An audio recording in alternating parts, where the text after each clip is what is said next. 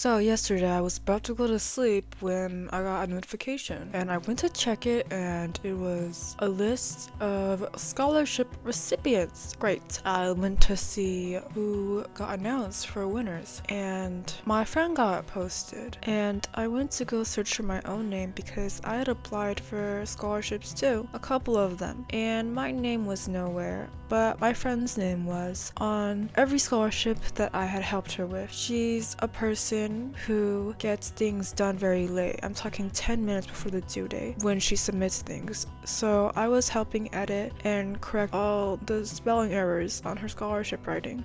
And I helped her submit it a couple of times for different scholarships. I also gave her all the material I had submitted for the scholarship in order to give her an example of what to do, and I wanted to help her. Normally, I'm okay at handling rejection. I know in my heart that she deserves more, and there's nothing hateful in me harboring against her. I don't have any hateful feelings against her, but it really hurts because for me, it feels like enough times where I'm stabbing myself in order to help others. I know she deserves the money. I know she needs it more than me. But like last night, I'm not gonna even lie, I started fucking crying. It wasn't even that it hurt that much about losing. It was more about the sentiment of helping someone because I wanted to help them and letting myself lose. And I will never ever stop helping people. And I'm not mad and I don't regret that I helped her. It just stings in a different way because I see everyone in front of me getting rewarded for having high GPAs, doing well academically, doing well socially, and doing things that society calls for. And I feel like nothing I'm doing is even about that because I don't follow in things that would make me conventionally attractive for a lot of scholarships, and I know that. I'm okay with that.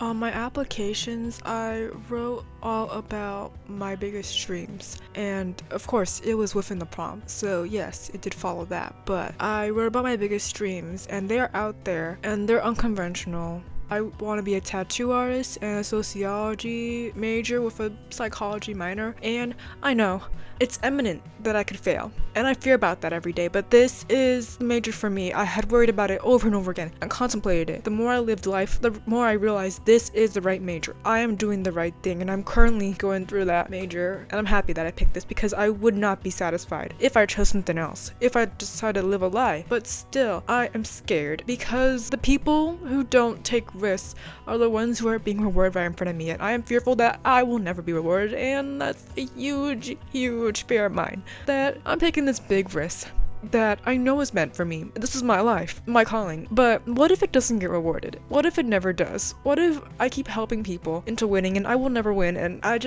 think like that sometimes. And on this channel, I like to say, be hopeful. And I am hopeful to the best of my own ability, but I'm human and I get negative sometimes. But the day after that, I reset, have a new mind, and I don't think about that because one day is one day, another day is another. It's going to pass. Things will pass, I hope. And the only way that I'm going to actually win in risk taking is if I can keep my mind focused and not drift away and feel anxious about this. But it gets to me sometimes. And yesterday was that day. It just was. But also subconsciously, I was also using me winning the scholarship as a way to kind of affirm my dreams that someone else believes in me, because a lot of the people I've spoken to, they tell me like, oh, that's so interesting that you're like pursuing it, like such a big dream. And yeah it is, but it's not like there's anyone else doing it with me, or even anyone else I know that's going into a remotely creative field, because I mean this, everyone in my circle, outside of my circle, nearby, they are doing things purely for money. And I wish that I wasn't the only one doing things that are like in my interests. And if I have to, I will like find a different minor to try to get like a stable career to then go back to my dream. But it feels like I'm just silly for doing this alone, you know? Like that's what gets to me, honestly. Even though it seems like sometimes I'm not doing anything that's resulting in anything else, like nothing worthwhile is happening, I just want to talk about a small comment that was made on this channel that kind of made me remember like at least something I'm doing has been affecting other people, and that person appreciates it, because I also, you know, I don't mind if people don't comment on a video being like, oh my god, you changed my life, because that can happen without a word, and I don't need the comment to know that I'm doing something that's meaningful. That's true too. But on a separate note, I don't do things just for a thank you, because I just offer help mostly because I like helping people. But there is a point in where you offer too much help to the point where you're taking away from yourself, and it's just not worth it, especially if the person doesn't do anything for you in return or just doesn't care about you like that.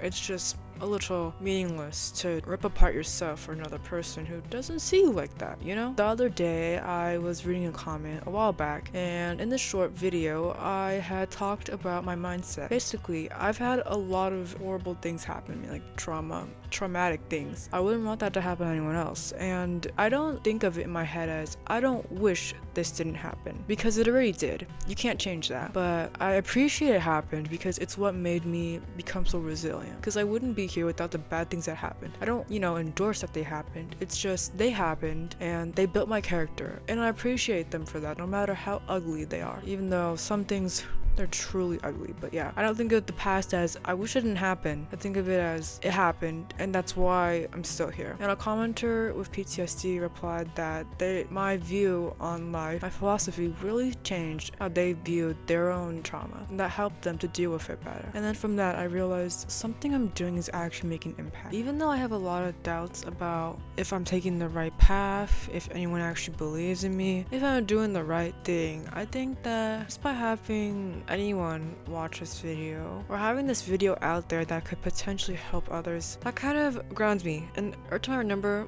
that person with PTSD and how they told me that I actually helped them, I remember that I'm doing something that is appreciated. So yeah, thank you, the viewer, for watching. So if this video had any type of impact on you, please comment and let me know, because I'd love to talk about that and hear about what you have to think too. I love talking to commenters. That's what makes me happy to come back to YouTube. But yeah, no pressure. I'll still be doing this even if you're a silent watcher, even if there's no one here. So yes, subscribe if you are genuinely interested. Bye bye now.